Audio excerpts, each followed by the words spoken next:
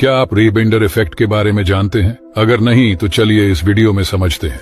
जब आप किसी कप में होल करने की कोशिश करेंगे तो वह कप टूट जाएगा और इसमें आपको चोट भी लग सकती है। लेकिन जब आप कप को पानी में डालकर उस पर होल करने की कोशिश करेंगे तब बड़ी आसानी से कप में होल हो जाएगा। और यही है रीबाइंडर इफेक्ट। ऐसा इसलिए होता है क्योंकि पानी की वजह से इसकी हार्डनेस और डक्टिलिटी कम हो जाती है। साथ ही पानी शॉक वेव को अब्सॉर्ब करके इसे टूटने नहीं देता है। और आपको ऐसे ही साइंस से जुड़े फैक्ट्स में दिलचस्पी है तो हमारे साथ जुड़े रहिए।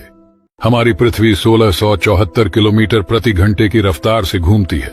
फिर भी आपने कभी सोचा है कि हम इतनी रफ्तार होने के बावजूद भी गिरते क्यों नहीं? दरअसल इसका कारण है पृथ्वी की गति का बिल्कुल नियत होना। पृथ्वी की गति हमेशा 1674 किलोमीटर प्रति घंटा निश्चित रहती है, न कम होती है न ज्यादा। पृथ्वी की गति के साथ साथ हर एक चीज, हम और पृथ्वी का वातावरण भी इसी गति के साथ घूमते हैं। इस कारण हम इसे महसूस नहीं कर पाते हैं। इसे आप एक उदाहरण से समझ सकते हैं। जैसे कि यदि आप किसी हवाई जहाज में बैठ के 800 से 900 किलोमीटर प्रति घंटे की रफ्तार से उड़ते हैं, लेकिन जब एयरप्लेन उड़ रहा होता है तब आपको बिल्कुल भी महसूस नहीं होगा कि हवाई जहाज इतनी गति से उड़ रहा है, क्योंकि वो एक निर्धारित गति से उड़ता है। वैसे ही यदि आप किसी कार में बैठे हैं जो एक नियत स्पीड से चल रही है और रोड भी बिल्कुल समतल है तो आपको बिल्कुल भी झटका महसूस नहीं होगा। लेकिन यदि ड्राइवर ब्रेक लगाता है तो आपको झटका लगेगा। तो यदि पृथ्वी भी अगर अपनी स्पीड कम या ज्यादा करती है या फिर घूमना ही बंद कर देती है तो आप इसकी गति को महसूस कर पाएंगे। और अगर आपको ऐसे ही साइंस में दिलचस्पी है तो हमारे साथ जुड़े रहिए। ये एक ऐसा मटेरियल है जो इंसान को एक फौलाद बना सकता है। नहीं, मैं मजाक नहीं कर रहा, ये सच है। इसका नाम है D3O। ये दिखने में तो एकदम सॉफ्ट लग रहा है मगर है नहीं। इसे अगर आप अपने हाथ पे लपेटकर उस पर हथौड़ा भी मार देते हैं तो भी आपको कुछ नहीं होगा। वैसे ही अगर आप इसे एक अंडे पे लपेटकर उसे जमीन पर पटकोगे तो भी वो अंडा नहीं फूटेगा। इससे अगर आप कोई जैकेट बना लेते हैं तो ये मटेरियल आपको किसी भी हमले से बचा सकता है। ये एक real life iron man suit की तरह काम करेगा। D3O एक नॉन न्यूटोनियन तरल पदार्थ है। इसका उपयोग कई जगह किया जाता है, जैसे हेलमेट और ग्लव्स में। और तो और ये आपके मोबाइल के कवर में भी यूज होता है। और आपको ऐसे ही साइंस रिलेटेड वीडियोस में दिलचस्पी है तो हमारे साथ जुड़े रहिए।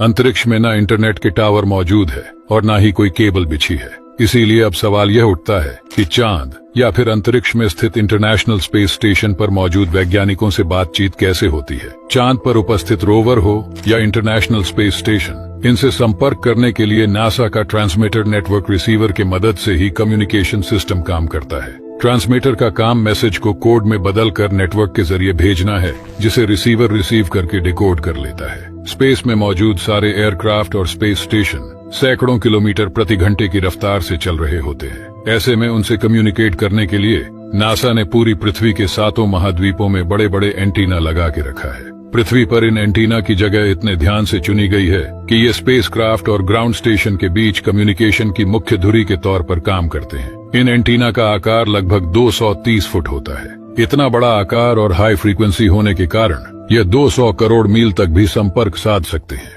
हमारे यूनिवर्स में अनकाउंटेबल नंबर्स ऑफ स्टार्स हैं, लेकिन फिर भी हमारा नाइट स्काई इतना ज्यादा डार्क क्यों दिखाई देता है, जबकि हमारे नाइट स्काई को हमेशा ब्राइट रहना चाहिए? क्या कभी आपने ये सोचा है? अगर नहीं तो चलिए जानते हैं। इस फिनोमेनन को साइंटिस्ट ओल्बर्स पैराडॉक्स कहते हैं।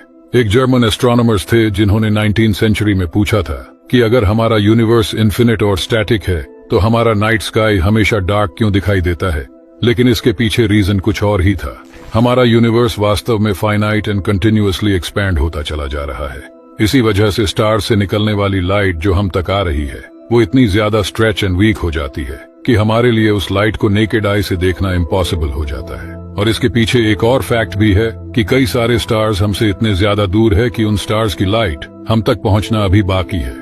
और वो सारे स्टार्स हमारे ऑब्जर्वेबल यूनिवर्स से बाहर है। और यही सारे रीजंस है जिसकी वजह से हमें हमारा नाइट स्काई डार्क दिखाई देता है। भारत महासागर में यमन देश से लगभग 340 किलोमीटर दूरी पर एक आइलैंड मौजूद है जिसे सोकोत्रा आइलैंड के नाम से जाना जाता है। ये आइलैंड 3796 किलोमीटर में फैला हुआ है। इसकी लंबाई लगभग 132 किलोमीटर और चौड़ाई लगभग 50 किलोमीटर है। इस आइलैंड पर इंसानों की आबादी लगभग 50,000 है। इस जगह पर आने के बाद आपको ऐसा लगेगा जैसे कि आप पृथ्वी के किसी और जगह पर नहीं बल्कि आप किसी और प्लेनेट पे हो, क्योंकि इस आइलैंड पर मौजूद हर एक चीज आपको किसी हॉलीवुड की साइंस फिक्शन मूवी की याद दिलाएगा। आपको यहाँ पर पेड़ों की काफी अजीब प्रजातियां देखने के लिए मिलेंगी। इस आइलैंड पर मौजूद लगभग 37% पौधों की प्रजातियां दुनिया में कहीं और नहीं मिलती और वही 90% रेप्टाइल्स यानी सरीसृप की प्रजातियां और 95% स्नेल्स की प्रजातियां इस जगह के अलावा दुनिया में और कहीं नहीं पाई जाती। ये सिर्फ इसी आइलैंड पर देखने के लिए मिलती है। ये आइलैंड सच में काफी ज्यादा अनोखा है। आप अपने जिन दोस्तों के साथ इस अनोखे आइलैंड पर एडवेंचर पे जाना चाहते हैं, ये रील उनको टैग करिए। और आपको ऐसे ही रहस्यमय चीजों के बारे में जानने में दिलचस्पी है तो हमारे साथ जुड़े रहिए।